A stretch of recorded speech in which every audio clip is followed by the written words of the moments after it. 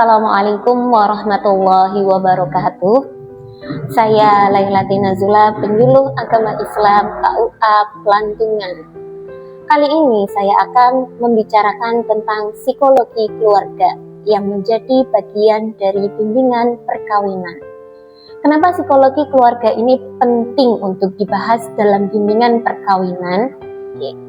Kita bahas dulu dari definisinya. Kenapa ini menjadi sesuatu yang penting? Salah satunya adalah pernikahan itu tidak selesai hanya ketika sebuah seremonial akad dilakukan.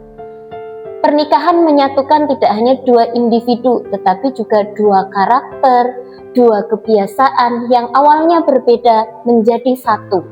Tentu tidak menutup kemungkinan berbagai masalah akan muncul. Psikologi di sini muncul sebagai salah satu solusi yang nantinya diharapkan akan membuat rumah tangga itu bisa sampai pada tujuannya. Apa itu psikologi keluarga? Psikologi keluarga merupakan bagian dari ilmu psikologi atau ilmu kejiwaan yang mana dalam kasus ini mempelajari tentang dinamika hubungan dalam keluarga. Termasuk di dalamnya adalah pola komunikasi, interaksi emosional, dan juga peran setiap anggota keluarga dalam menciptakan kesejahteraan bersama. Dari pengertian ini kita bisa menggarisbawahi adanya dinamika hubungan interaksi antara suami dengan istri. Dalam dinamika hubungan ini, banyak ilmuwan merumuskan tiga komponen utama yang nantinya ini menjadi kunci dari keberhasilan sebuah rumah tangga. Apa tiga komponen yang nantinya akan mempengaruhi dinamika keluarga itu baik atau tidak baik? Yang pertama yaitu kedekatan emosi, yang kedua komitmen, dan yang ketiga gairah. Idealnya ketiga dari komponen utama ini saling muncul sehingga menjadikan keluarga sakinah mawaddah warohmah itu dimunculkan dengan tiga komponen ini. Apa itu kedekatan emosi? Kedekatan emosi dilihat dari bagaimana suami istri merasa saling memiliki, saling terhubung, dua pribadi menjadi satu. Apa itu komitmen? Sekarang kita kembali ke komitmen. Apa itu komitmen? Komitmen adalah ketika suami istri mengikat janji untuk menjaga hubungan agar lestari dan membawa kebaikan bersama. Kita sebagai keluarga yang dibangun di atas agama Islam, komitmen kita jaga tidak hanya kepada pasangan, tetapi juga kepada Tuhan kita. Kita menjadikan pernikahan itu menjadi ibadah, komitmen kita kepada pasangan, dan yang lebih utama komitmen kita kepada Tuhan, karena kita sebagai hamba Allah.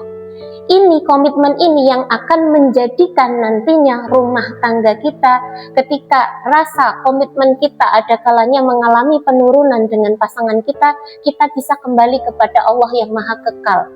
Komitmen kita jaga kembali kepada landasan bahwa rumah tangga ini merupakan bagian dari ibadah.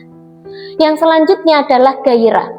Gairah ini merupakan sebuah fitrah yang ada dalam diri wanita maupun laki-laki.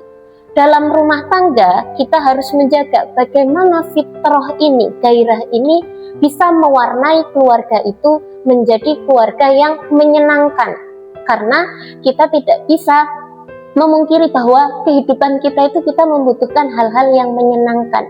Maka kita harus menjaga gairah kita, baik itu suami ke istri ataupun istri ke suami. Gairah ini diwujudkan dengan keinginan untuk mendapatkan kepuasan fisik dan juga seksual. Jadi itu merupakan suatu hal yang mungkin agak tabu, tetapi memang harus dijaga dalam kehidupan rumah tangga untuk menjaga rumah tangga kita menjadi langgeng, dinamika itu menjadi baik. Dalam beberapa teori, ini saya ambil dari teori resiliensi dari Froma Walls. Di sini teori resiliensi yang dikemukakan mengungkapkan bahwa keluarga ketika mau bertahan itu membutuhkan komitmen. Kita kembali ke komitmen itu tadi. Juga selain itu pola organisasi, pembagian peran.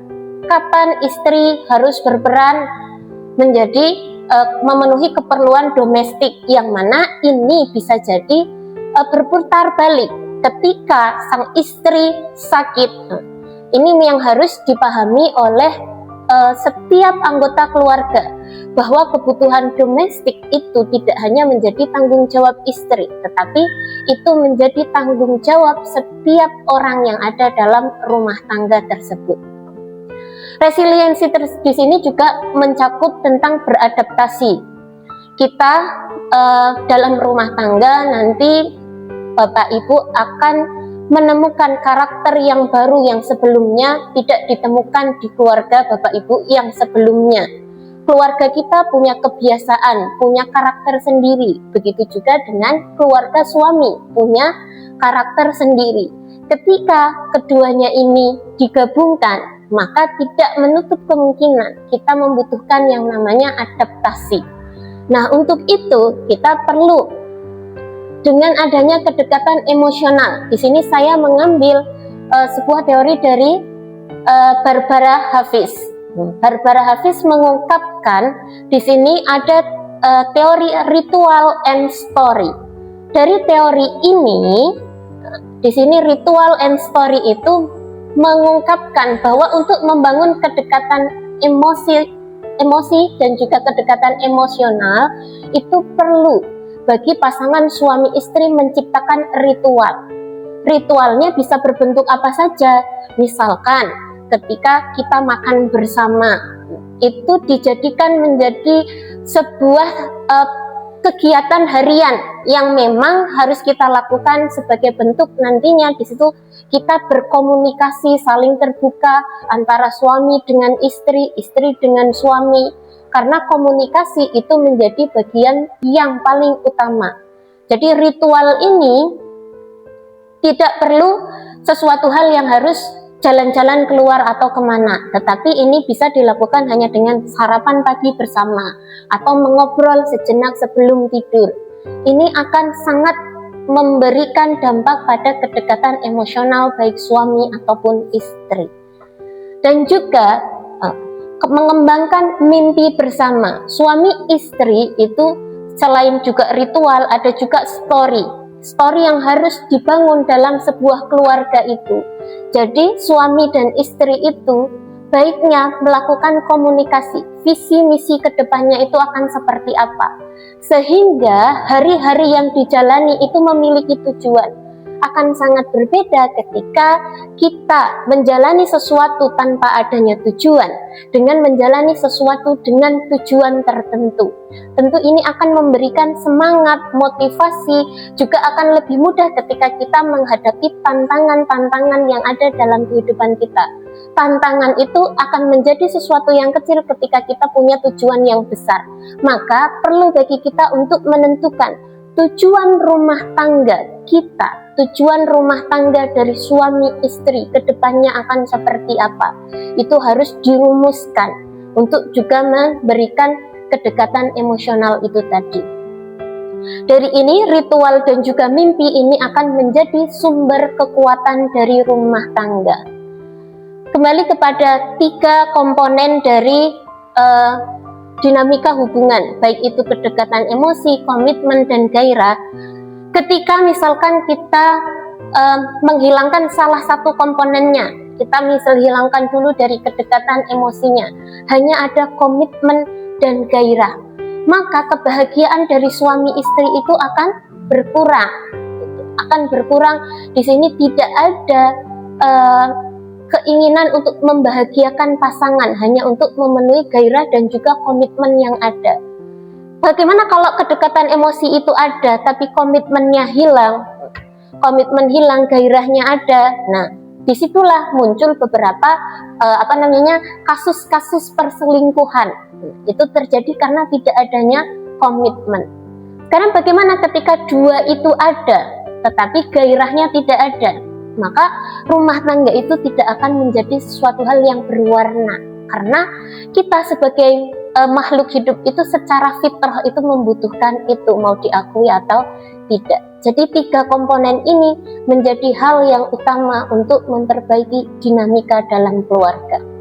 Kesimpulannya berarti kita harus menjaga bagaimana kita bisa menjadikan dinamika keluarga kita itu baik dengan menjaga 3 komponen tadi. Dari gairah kita harus bagaimana mengusahakan agar pasangan kita bisa terjaga gairahnya dengan kita dengan berpakaian yang baik. Komitmen kita jaga, bagaimana kita selalu mengingatkan diri kita bahwa itu menjadi bagian dari ibadah. Kesimpulannya adalah pernikahan bukan tentang mencari pasangan yang sempurna, namun tentang seni memilih pasangan yang cocok, berkomitmen untuk saling mendukung serta menghargai perbedaan satu sama lain. Mungkin cukup itu saja. Saya pamit undur diri. Terima kasih. Mohon maaf banyak salah. Assalamualaikum warahmatullahi wabarakatuh.